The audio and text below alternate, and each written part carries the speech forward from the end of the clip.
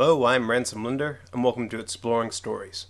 In this show, we'll be talking about narrative. In books, video games, screenplays, real plays, TV shows, no medium discrimination. It's crucial for you to engage your audience with likable and believable characters. If your audience doesn't believe, or worse, hates your characters, then you can't really get them invested in your narrative. What's that? Timmy stuck in the well? I never really liked Timmy. On that note, here are the 7 steps to creating a great character. The first step is to decide the role in the story. Are they the protagonist? Are they the love interest? Do they serve the antagonist? Do they switch sides? Are they created for a specific plot point? Can you show them before then? Deciding this early on will prevent you from compromising the character for the plot. It'll also help you determine how much time you need to spend defining your character. If you're writing an epic and you have a character that dies after saying 3 lines, you probably don't want to spend hours mapping out their backstory. Which brings me to step 2, writing their backstory. I'll be referring to backstory in the other steps, as realistic characters have all their aspects drawn from it. You need to know how they were raised, how they were educated, all major experiences for them, even if it never becomes relevant, because most, if not all, of your characters' actions should be drawn from their history. That way, anything that they do stays consistent with who they are, causing your audience to buy into them. But as writers, we can decide the what before the why. In other words, you can decide that an evil king will try to cut your hero's journey short before you actually explain why. Just make sure you don't forget to explain the why. That would be a plot hole. On a side note, I'd advise not making your villain evil because they're evil. Even if it's a fantasy game.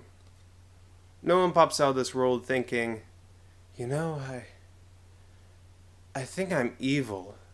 I mean really evil. The third step is to create your character's goal. Of course, not all of your lesser characters need to have goals, and the goals can change, but a clear goal will invest the audience in your character and give them something to root for. If your audience isn't connecting with your good-hearted main character, the odds are that they don't have a clear goal. You want your audience to think, just one more chapter. I have to know if they get the thing. In general, the goal will help to raise interest for your audience. Tell your audience, hey, this character's a lost princess. Cool. Tell them, hey, this character's a lost princess who wants to retake her continent home by fire and blood. Now we're talking. The fourth step is to give them strengths and flaws. You know that one girl who fails at everything? Or that guy who's utterly perfect? No, you don't. I know you might want to make your characters perfect, but they have to have flaws. The balance is especially hard for main characters. We've all seen that movie where the main character was just a jerk to everybody, and I think most people today find Romeo way too whiny to relate to. On the other hand, you have the main characters that seem to be good at everything, overcoming every obstacle without breaking a sweat. If the character is only in a few scenes, you don't need to create a list of strengths and weaknesses, but your main characters should develop as the story progresses.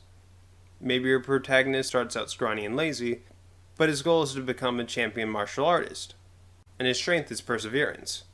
That's a story, albeit cliche. Now, your characters can be sympathetic with terrible flaws. The key is to draw it from their backstory. We can have a sympathetic character who gets his brother banished and commits genocide on his own race. Yeah. But hey, his adopted father made him compete for the crown when his only intention was to give it to his son by blood, despite him being severely unworthy. So to save the citizens and convince his father of his worthiness, he tried to eradicate the frost giants and banish his unworthy brother. Step 5 is giving your characters personality. I can go on for multiple videos on personality, but I'll just go on the basics for how they apply for now. If your character is very extroverted, they won't be as afraid to engage with other characters, which is why it's important to decide their role early on. The dialogue will also change based on personality. And of course, the backstory. Is your character blunt, or do they speak for long periods of time? Are they left-brained and precisely exact, or right-brained and kind of vague? When you're getting to your character's head like this, it's important to refrain from any biases. You don't want to go on, I'm gonna make a girl character who does girl character things. Like being indecisive. Or I'm gonna make a man character who does man character things. Like being a jerk. Ooh, but he has a tortured past. When I told some of my friends I was writing my book, Phenomenally Revelation, some of them were not too confident in my ability to write from the perspective of a teenage girl.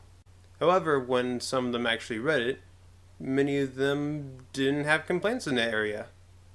I would attribute this to focusing on the personality and all but forgetting about the gender. To give your characters more options rather than less, I would recommend leaving their gender and ethnicity undecided until after the personality, and then adding it back to the backstory. The sixth step is creating your character's belief. Do they have a religion? What's their philosophy? Do the same religions exist in your story? Do any at all? How your character sees their world will affect their actions. So make sure it agrees with their backstory. In fact, their history should be what shapes their belief. Maybe they were raised Jewish but lost faith after a loved one died. Step 7 is to give your characters layers. In other words, take all you've decided from the past 6 steps and contradict it. Say you have a character who's always nice and peppy and positive, but that last character depth just sent him on the edge. Is this show already as morbid as I think it is? It totally is. For main characters, you want to show different sides of them that aren't relying on major circumstances. For instance, you can have a protagonist who's always assertive whenever they're alone or whenever they're comfortable, but timid when they're engaged with too many new people, or vice versa. So those are the 7 steps. But for your most important characters, to truly make a great character, before you go through any of these steps, give them an aspect of yourself. It's what makes Ron a good character and Hermione a great character. J.K. Rowling explained that she based Hermione off herself.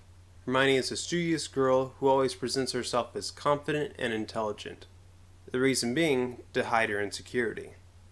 Sure, basing a character off of someone you know will give them a believability that the audience can enjoy, but making the character personal will give them an honesty that your audience can treasure.